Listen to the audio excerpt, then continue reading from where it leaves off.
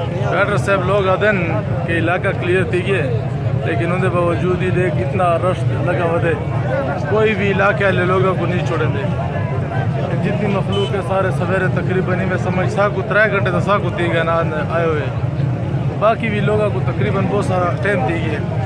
Army कड़ी हुई अपनी पोजीशन थे तो इन्होंने लोग इंतजार ही करेंगे कर ले खुले सन सारा राह कर ले खुले सन।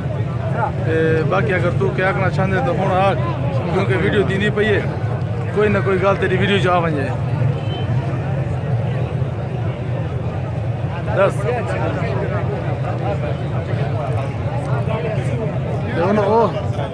आर्मी कड़ी भी ओ तो सिर तो देख सब देखने में जूम करे ना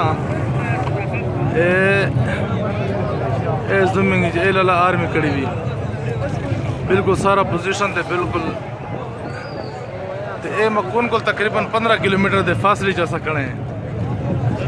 मकून को 15 किलोमीटर के फासले खड़े क्यों खुदा